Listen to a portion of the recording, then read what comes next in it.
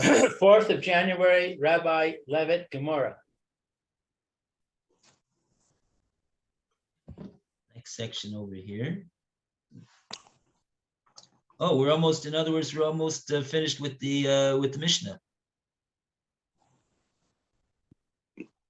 We have just one more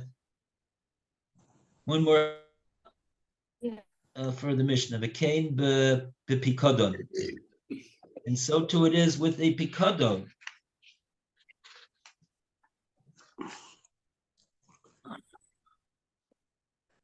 Okay. So we are on the Kuf Gimel Amid base, and we are on the middle of the second line from the top of the page. V'kein b'pikodon, and so too it is with a item that has been deposited by the owner with a watchman.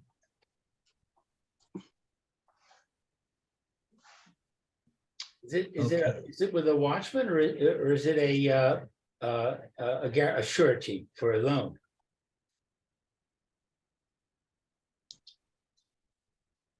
No, I think it's a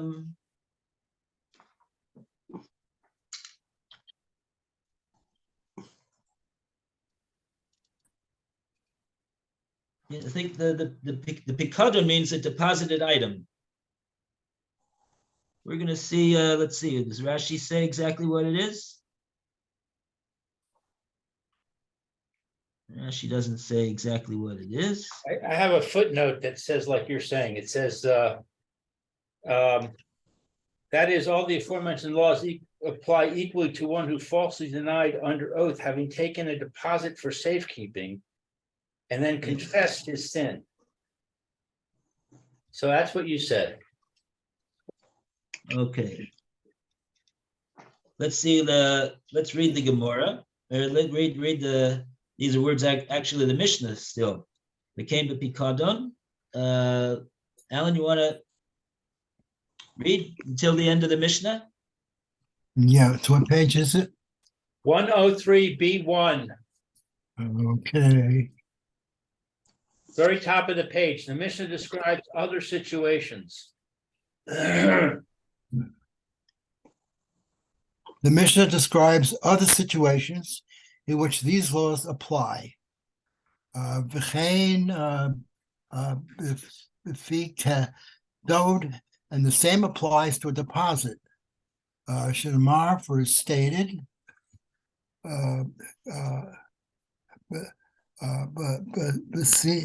But fee code O bisa show so mace yard O bina yard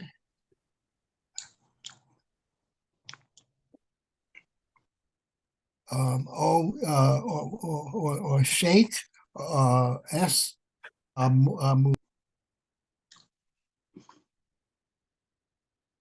Alan, you muted yourself.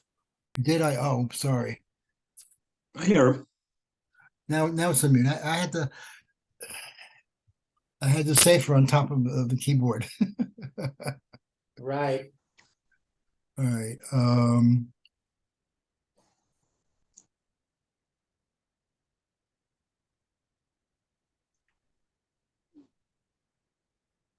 All right. I lost the spot when I moved it back. You were on the second to the last line of the Mishnah. All right. Going to deposit. Okay. Because a person will sin, right, by lying to his comrade regarding a deposit or a loan or a robbery, or if he defrauded his comrade, or he found a lost item and denied it, and he swore falsely, etc. Hooray, Zeh, Mishalem, Kenmara, Karen, more a sham. This person pays the principal and the 1/5 surcharge and brings an ashen offering. So it's a real big payment, huh? Yeah, well, that's this pasuk.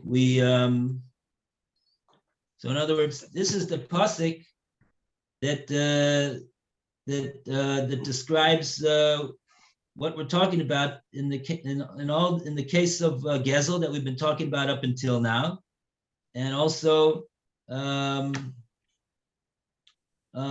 Pikadon. All the different. Those are the two cases that the Mishnah has talked about over here. Right, as you say, Hareza Mishalim. So now what? In other words, we're talking about this case where even where a person is not a Goslin, at least initially he's not a Goslin. What did he do? He was given this item by the owner for safekeeping. So the owner trusted him to keep this item for him and to guard it until the owner asks for it in return, whether he's being paid for it, whether he's not being paid for it for the watching. We're not told over here, but in any case, when the guy asks, give me my widgets back, he says, what widgets? You didn't give me any widgets. He says, yes, I gave you 100 widgets to watch. No, you didn't. No. So then they go to Bezdin, and the same story. The guy, the watchman makes a shvua. He makes a shvua that he didn't get any widgets from this person, and so he swears falsely in the Bezdin. So and then afterwards, when he's moda, when he admits his guilt, so now the way to achieve his kapara, what we said in the Mishnah was he's got to return the widgets to the person personally, and Not just a principal, but also a surcharge. And he's bringing an offering also. right. He really. Three things: Karen, Chomesh, and he has to bring a asham, because it's not regarded as a light matter to swear false, to steal something, and also to swear falsely in Bezdin that one didn't he didn't get it. So even though it came into his hands permissibly, he nevertheless he's going to be subject to the same dinim, these three obligations of Karen, Chomesh, and Asham for swearing falsely. Okay. There's another possible case, which would be that he says it was lost or stolen. In other words, instead of saying, I deny you never gave it to me, he says, I admit you gave it to me, but it was lost or stolen.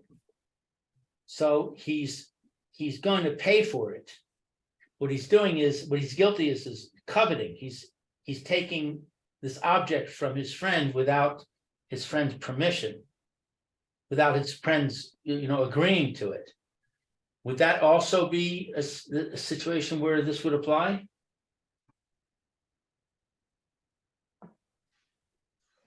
Oh, okay. So instead of saying he never got it, he's now, was it true that it actually was stolen from him or lost from him? Is that true? No, he's keeping it. He wants it. Oh, so like he's willing to pay for it. So he's going to lie. He's going to say it was lost or stolen. I don't have it, but I'll pay you for it.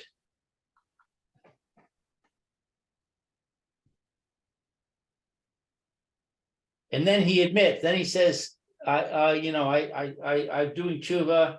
I lied. So I really do have it. Okay, so then So then the question would be, would he get the same ownership over here? Because he's wrongfully, because in any case, he's still wrongfully withholding the item from the owner. The owner is asking for it back.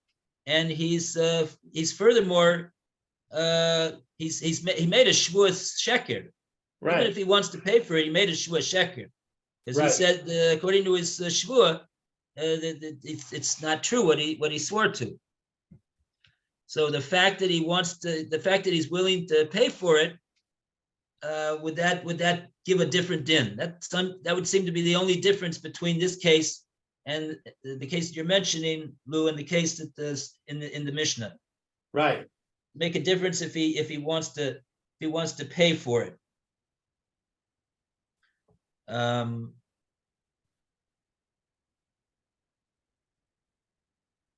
Yeah. I don't know. I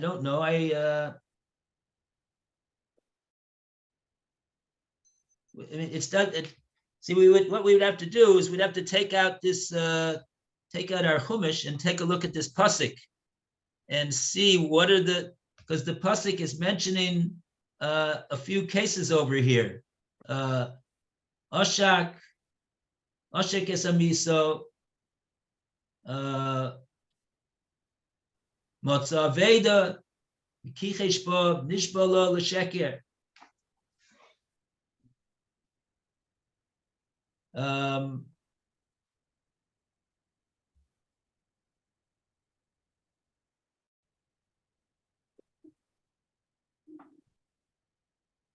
Yeah, it wouldn't make a difference if he offers to pay for it.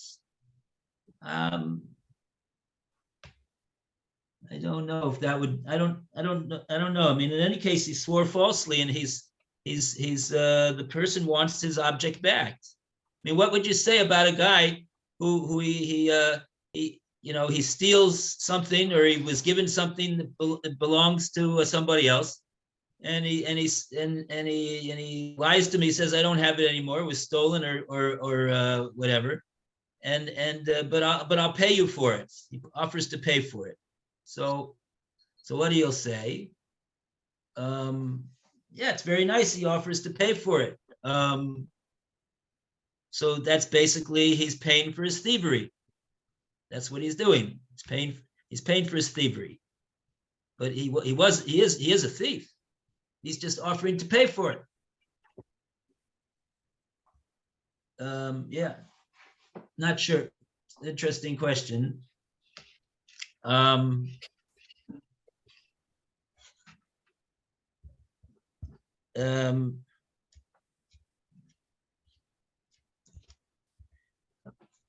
Yeah, because in other words, we see a Goslin.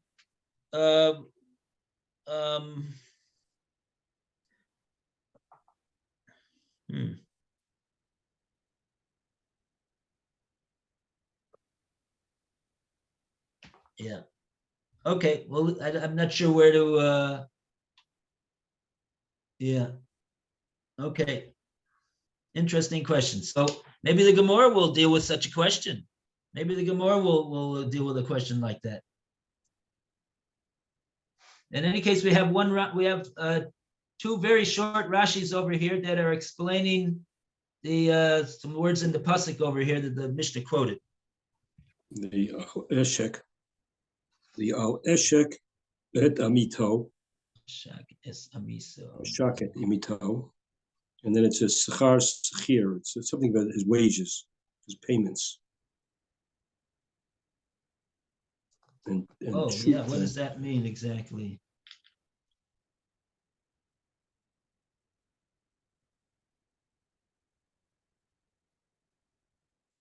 In other words, the wages of a hired worker. Is that what we're talking about? And the one that hired him is not paying him, or he's saying he's saying I gave you the money.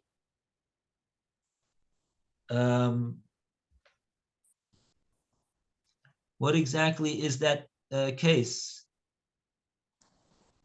Not entirely clear from Rashi what the case is. That's what I would assume. the scar of a schir, the wages of a hired worker, and the worker is going to the one that hired him to work and saying, "Please give me my wages," and he's saying, "I already paid you." And now now he takes him to Bezdin because he wants his wages, and the guy swears falsely that he paid him, I guess, already, and then he admits later on that he didn't actually pay him. So now he's going to have to give him a Karen and give him a Chomish, and then he's going to bring a korban for a kapora for the fact that he swore falsely in the Bezdin.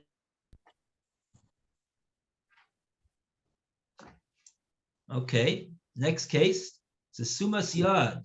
Sumas Yad, and that says a halva, that's a loan. So that's a loan. So here again, all of these cases seem to be cases where one guy is chayav to the other one to give him back the loan money that he borrowed, or to pay the wages that he hired him for, and he did the work and he didn't pay him, or outright theft, or a case of a pikadon that he gave it to somebody to watch, and he now he's denying, he's not giving it back, and he's all these cases. In all these cases, the Mishnah, the pasuk is talking about, if he swears falsely in the Bezdin, he's going to have these three things that he's going to have to do to pay him the Karen and the Chomish, and he's going to bring a korban ashum for his kapara, for being guilty of wrongfully withholding and falsely swearing. Okay. So now let's go to the Gemora. Would you like to start off the reading of the Gemora? Me? Yeah. Nishba lo ein. He swore. If he swore to him, in. Indeed. Lo nishba lo. If he did not swear to him, no.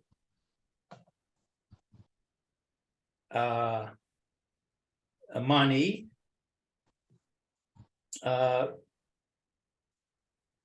Who is the author? Lo Rebbe Tarfon, below Rebbe Akiva. It's not Rebbe Tarfon, it's not Rebbe Akiva. Disnan, because we learned in the Mishnah, Gazal Echad Me Chamisha, he robbed one from five. In other words, he robbed one of five people. Ve'eno yodea eze mehen. He doesn't know which one of them. V'chol echad omer oso gazal. And every one of the five says, he robbed me. Maniach gizela Beinehem umis talak. He places the stolen object between them, umis talak, and he withdraws. Divrei Rebbe Tarfon. These are the words of Rebbe Tarfon. Rabbi Akiva Omer, Rabbi Akiva says, Lo zo derech motzi'a so midei avera. It is not the way, this is not the way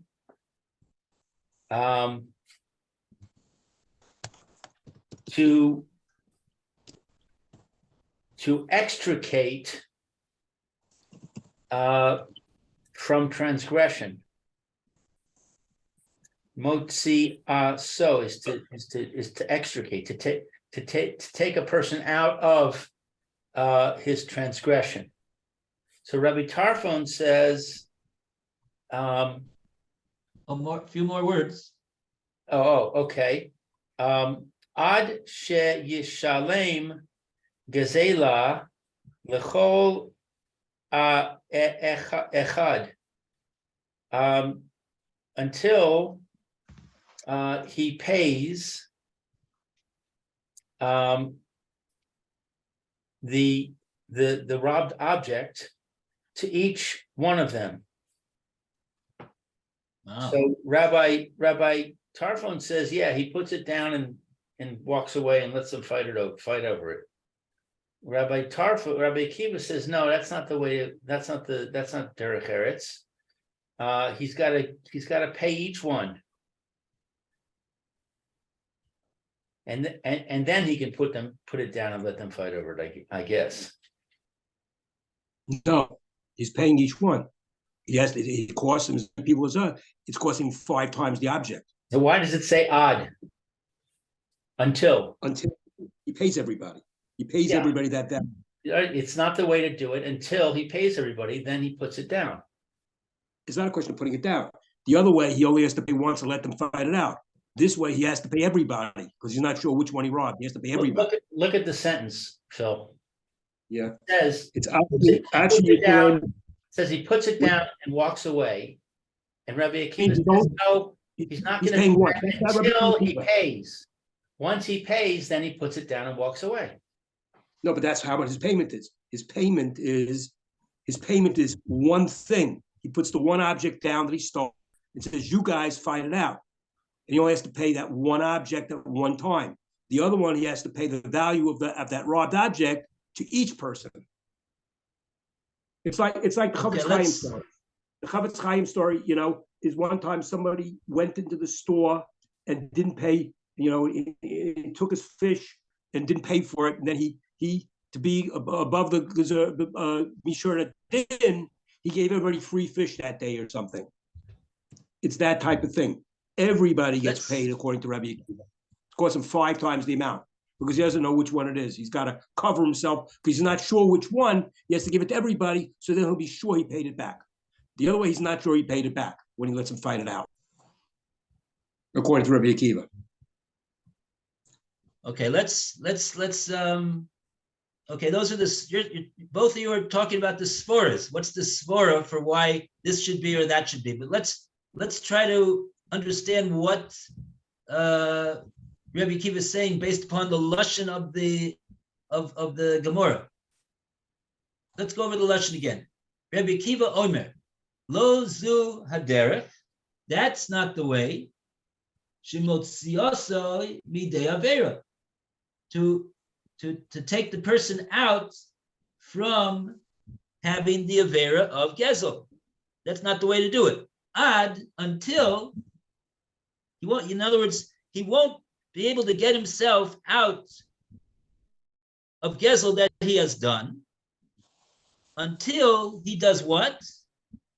Until ad yishalim hagzela lekol echad. Until he gives the amount that he stole to each one of them that claims that they stole it from him. He stole it from them. Okay, not as opposed to Rabbi Tarfon, who says he doesn't have to pay every one of them. What's the lashon of Rabbi Tarfon? Rabbi Tarfon says,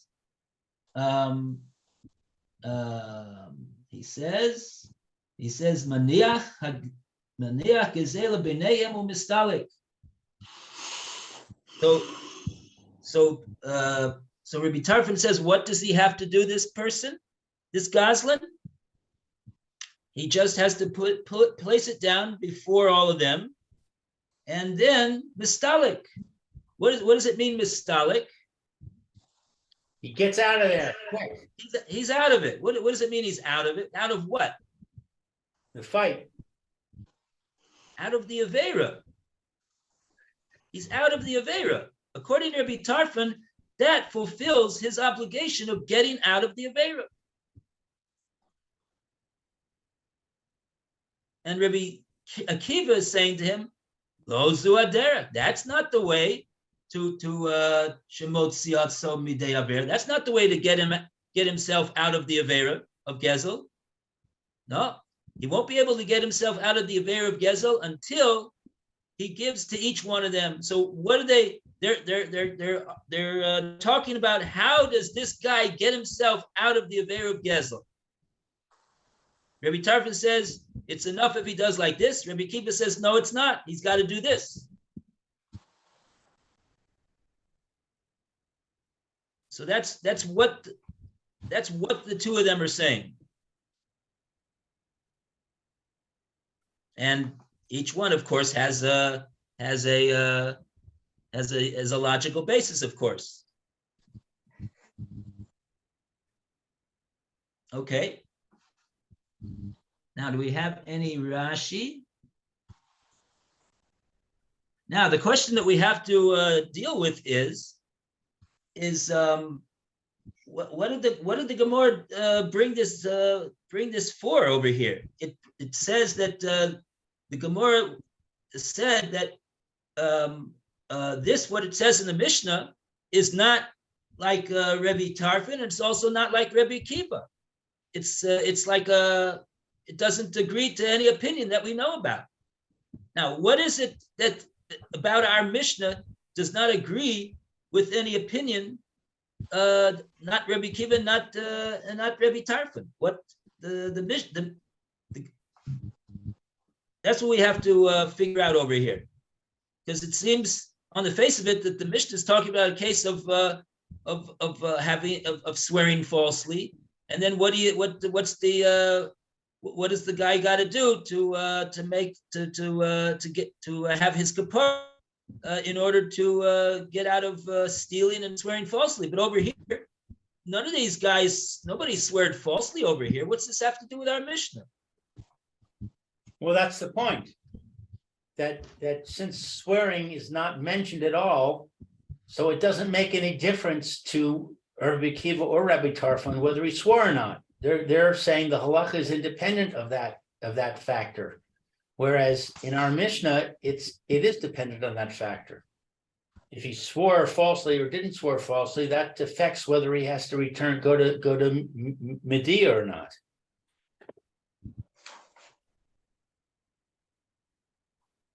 Mm-hmm.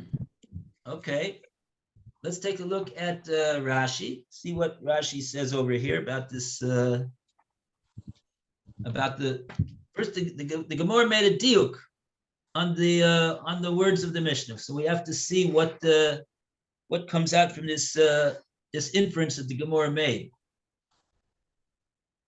Okay, Phil. Yeah, okay. We're at the start of the Gemara, Lo Nishpa. Lo Nishpa, yeah, that's the right. We'll start there. He didn't swear. Lo Ba'i Lahalich, that he doesn't need to go. So we're talking about the travel to Medea case. Acharav, after him. Ad the mate lidei, until that is like until he comes to him. It's like it avoids him the trip. What we're talking about is whether he has to make the trip. He still maybe owe the money, but he doesn't have to make the journey to pay him out no matter where he is, unless the other guy comes to his hand. If he comes to his hand, they have to come to him. They have to come basically to him to make the claim on the object. If the Gemara's Medayik over here, that Medayik in the case of not doing this way, he didn't. If he did swear to them falsely, then he does have to make good. But if he didn't swear to them falsely, he's not penalized as much that he has to go running after them. Right. Then he doesn't. That's what Rashi's saying. What is it that he doesn't have to do if he doesn't swear? Right. The Gemara just says If he swore in, yes. And if he didn't, so therefore we can infer, says the Gemara, that if he didn't swear, lo. So Rashi's explaining us what's the lo referring to. What is it that he doesn't have to do? Yeah. Lo boy, lo holich achorav. He does not have to go after the Gazlan doesn't have to pursue after the nigzal ad demate liyade until he gets the stolen item into his hand. Seems like that's the stringency of somebody who swears falsely. Now he's got to make sure that he gets the item that he stole from the guy into his hand. And so that's what our Mishnah holds. Okay. So we're inferring from our Mishnah that in the case where he didn't swear to him falsely, he doesn't have to go after him and make sure that it gets into his hand. Okay, fine. And now the Gemara said, oh, so this, what our Mishnah says, is not like Rabbi Tarfon and not like Rabbi Kiva. It's not like either one of them. So now we have another Rashi over here. Ad she'yishalem l'kol echad. That's the Rabbi Akiva opinion that everybody That's for gets Rabbi paid. Akiva. So I don't know if we're going to get any explanation about why our Mishnah doesn't agree with Rabbi Tarfon. Okay. But we'll leave that on the side for a minute. Let's just take a look at what how Rashi explains Rabbi Kiva. Okay, so this is Rabbi Akiva says until he pays each one.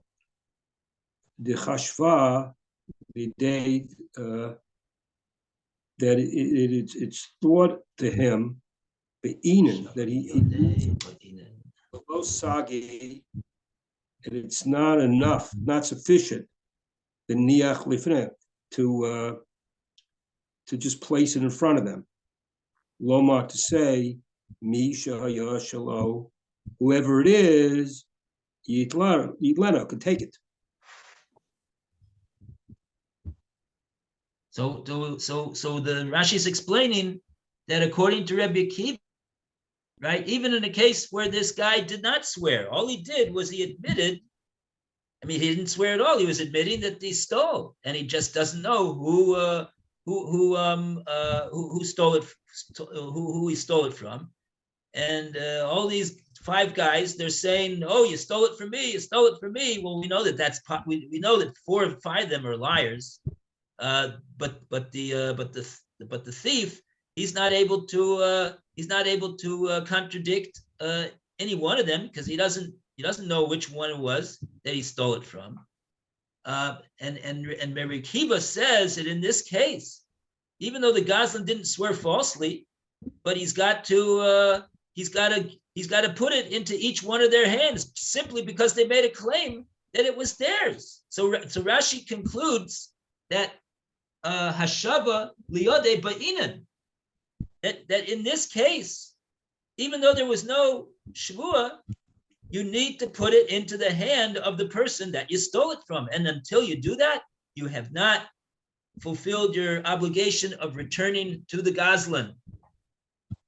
So therefore, Rashi has shown us velo sagi b'maniach lefanav, and it won't be sufficient to just put it down in front of all of them and say whoever it belongs to is free to take it, like Rabbi Tarfon said.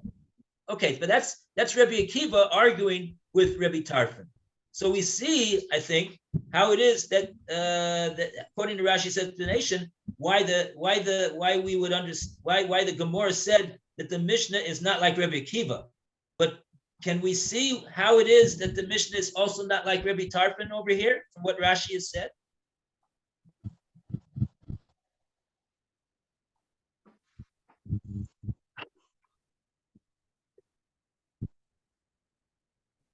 I think the missing link is like what Phil was saying. So what does the guy got to do though?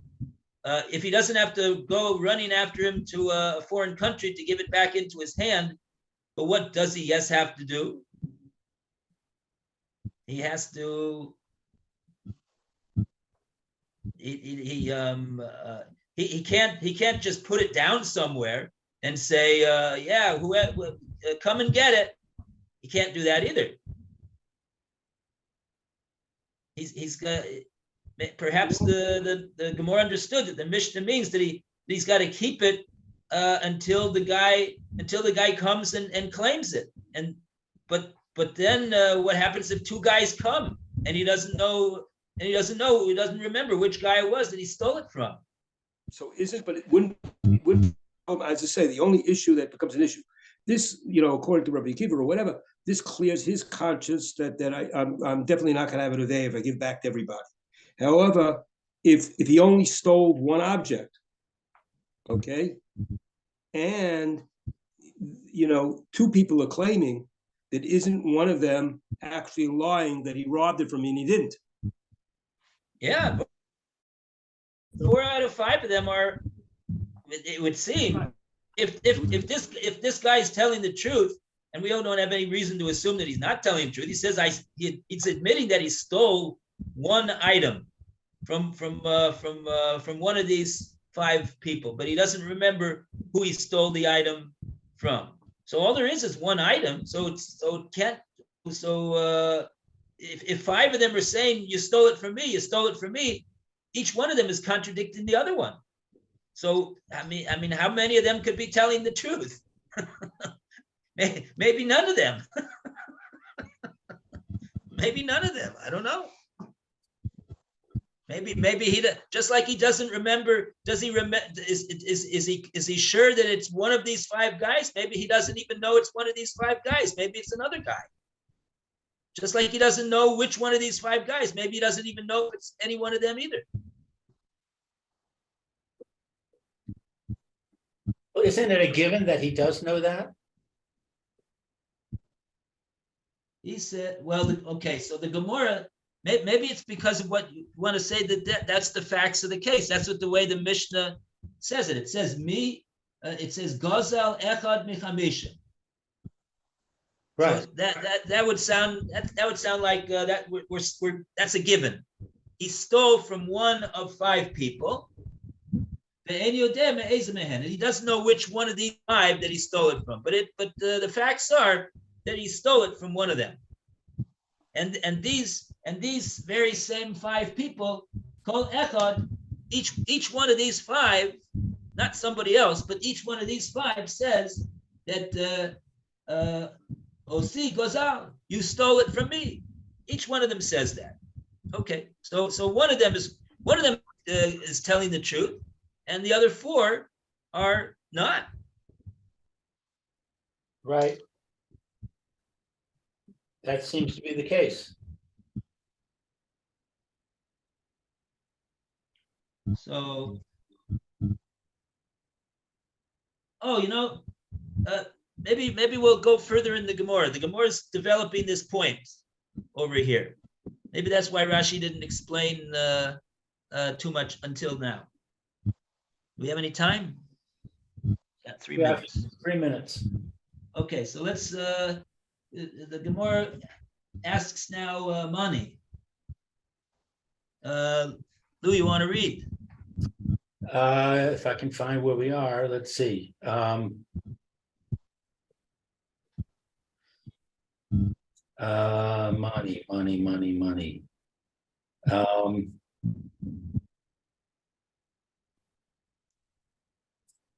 The end of the last column. If the first word in the line is echad. I say it. Money. Who is the author of our Mishnah? Rabbi Tarfon. If it's Rabbi Tarfon, or if you will say it's Rabbi Tarfon, Af al Gav the Ish Taba Amar Maniach Gazela Beinehem, even Afagav, even where that he swore falsely, Rabbi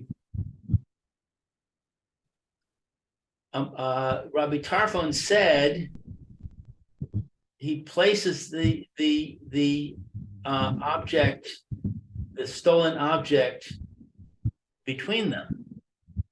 Even if you say it's Rabbi Tarfon, then we got to say that Rabbi Tarfon holds that even if he swore falsely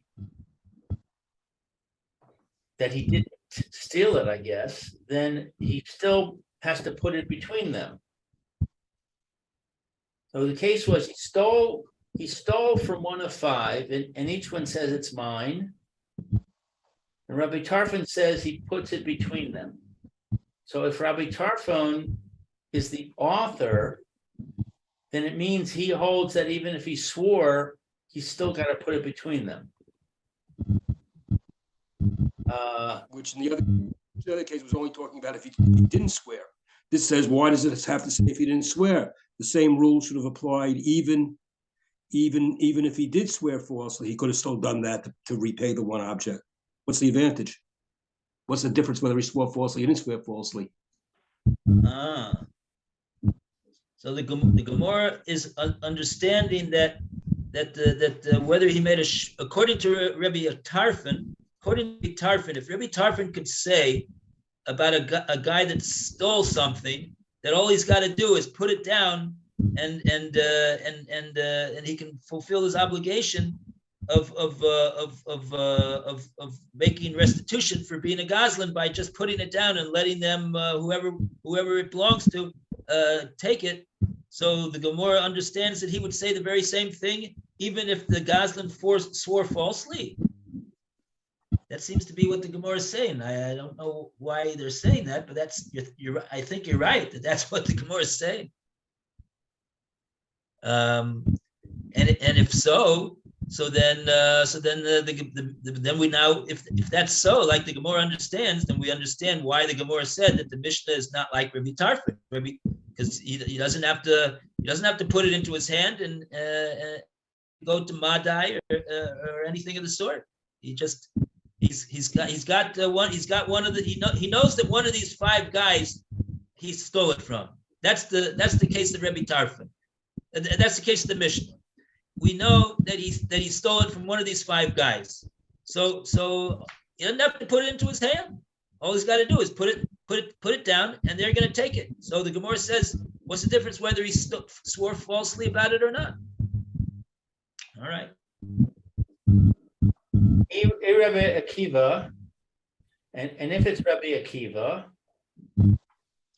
Af al Gav Delo Ish Bay Amar Ad She Yishalem Gizela Lechol Echad Ve'echad. Even in the case where he did not swear, Rabbi Akiva would say that he has to pay all five. Right.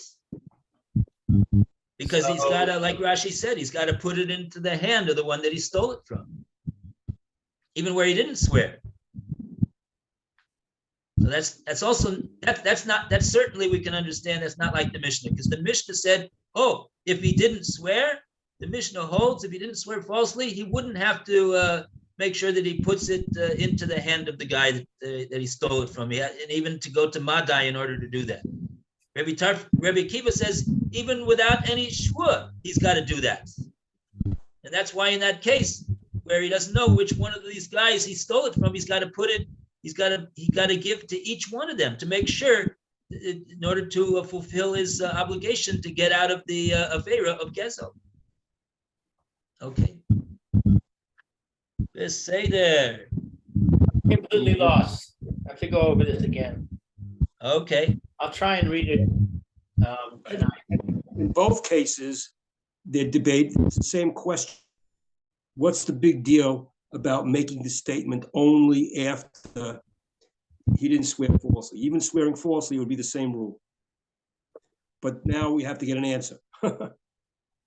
So in either case, But what I don't understand is, why is it saying that this is a proof that it's not Rabbi Tarfon? This is a proof it's not Rabbi Akiva. it, How they does that prove anything? come up to a proof that would say there would be a difference between the two. So they said, well, maybe in this case it was because, and then Why that was does, the why difference. does Rabbi Tarfon have to say there's a difference between the two? Why does Rabbi Tarfon? He doesn't. Well, you That's just what it was said he saying. does. Right, but it only mentioned it. It only mentioned it at the end. Why? Why bother? And I don't know. We haven't got the answer. We're still in the middle of the question. I'll leave. Here's the Gemara in a nutshell. In a nutshell, this is what the Gemara is saying. Gemara is saying that according to the Mishnah, if he swears falsely, then he's got to make sure he gets it into his hand, the one that he stole it from. But if he didn't swear falsely, he wouldn't have to do that. Okay. Right? Now the Gemara says that's not like that.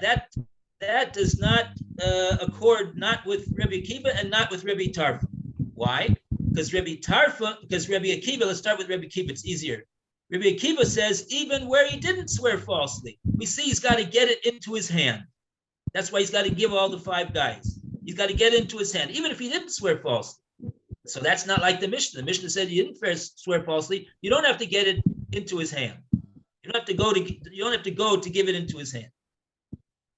But the Rabbi Tarfon, why is the Mishnah not like Rabbi Tarfon? Rabbi Tarfon said you don't have to give it into his hand. You could just put it down and say, you guys figure out who it belongs to. That was talking about a case where the Goslin swear falsely. So I don't understand why the Gemara says that the Mishnah is not like Rabbi Tarfon. Maybe Rabbi Tarfon would agree that if that Goslin did swear falsely, he would have to give it into the hand of every one of them, because otherwise he hasn't fulfilled his obligation of what he's got to do. That's the nutshell over here. The Gemara understands that just like even though Rabbi Tarfon is talking about where he didn't make a false shua, even if he would make a false shua, it also would be the same thing. He doesn't have to give it into the hand of the one that he stole it from. He could put it down and like that, he's done his deal. That's why it's not like the Mishnah, because the Mishnah says if he swore falsely, he's got to make sure that he gets it into the hand of the guy that he stole it from, even to go to Madai in order to do it. Okay. Thank All you, the Rabbi. best. Try and read notes 10 and 11 in the art scroll, because that helps a little with the situation. We'll go over it tomorrow because I haven't got an answer yet. Okay. 10 and 11. Take care. Thanks. Okay. Ashikoya, everybody. Very good. Thank Hey, you, Lou, Bob. see you at the 4, right? Right. Okay. Have a great day. Everybody have a good day.